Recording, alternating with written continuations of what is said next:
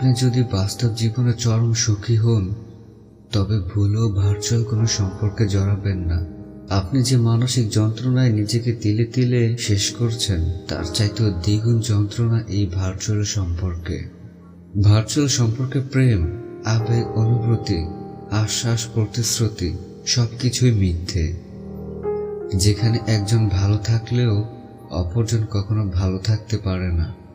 আপনি যখন বাস্তব জীবনে সুখী হয়েও ভার্চুয়াল জগতে সুখ খুঁজতে চাইবেন, ঠিক তখনই প্রতারিত হবেন। সে যেভাবেই হোক আপনি ঠকবেন, আপনাকে ঠকানো হবে। একজন আরেকজনের প্রতি গুরুত্ব দেখালেও সত্যিকার অর্থে ভার্চুয়াল সম্পর্কে বিন্দু পরিমাণ টান থাকে না। অপরদিকে যে সম্পর্কে আপনি ভালো থাকবেন বলে জড়াবেন, সেই সম্পর্কে আপনাকে আরো বেশি মানসিক যন্ত্রণা দিতে থাকবে। শারীরিক দূরত্ব কখনোই অনুভূতি সম্পর্ক দমাতে পারে না, তবে এই দূরত্ব যদি সারা জীবনের জন্য হয়, তবে নিশ্চিতভাবে তা আহত করবেই। ভার্চুয়াল জগতে আপনি মন থেকে যতই পরিষ্কার এবং নিখুঁত হন না কেন, অপরজনও যে আপনার সাথে ছলনা করছে না, তার নিশ্চয়তা কখনোই দেওয়া যায় না। কাউকে মন থেকে ভালো না বেসেও তাকে ভালোবাসি বলাটা পৃথিবীতে সবচেয়ে বড় ছলনার ব্যাপার। এক সম্পর্কে সবকিছু ঠিকঠাক পাওয়ার পরেও কিংবা বাস্তব জীবনে সুখী হওয়ার পরেও যারা কৌতূহলবশত কিংবা শুধুমাত্র ভালো লাগা থেকে ভার্চুয়াল সম্পর্কে জড়ায়, অবশ্য ভার্চুয়াল সম্পর্কে তারাই ভালো থাকে, তবে যার সাথে জড়ায় সেই বেচারা আর ভালো থাকতে পারে না।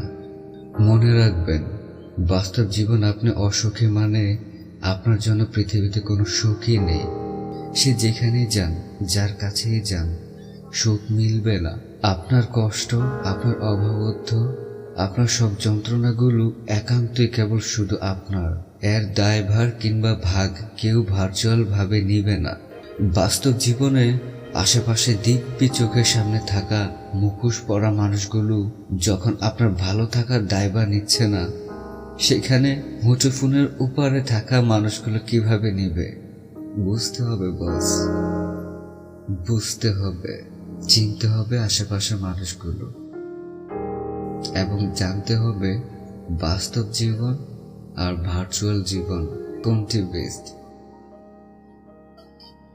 তো আশা করি বুঝতে পারছো ভিডিওটার মধ্যে কি একটা মেসেজ দিতে চাচ্ছিলাম আমি। যদি কেউ না বুঝে থাকো বা যদি কোনো মতামত থাকে, সেটা কমেন্ট বক্সে লিখে জানাতে পারো। দেখা হবে নেক্সট ভিডিওতে। Bye bye.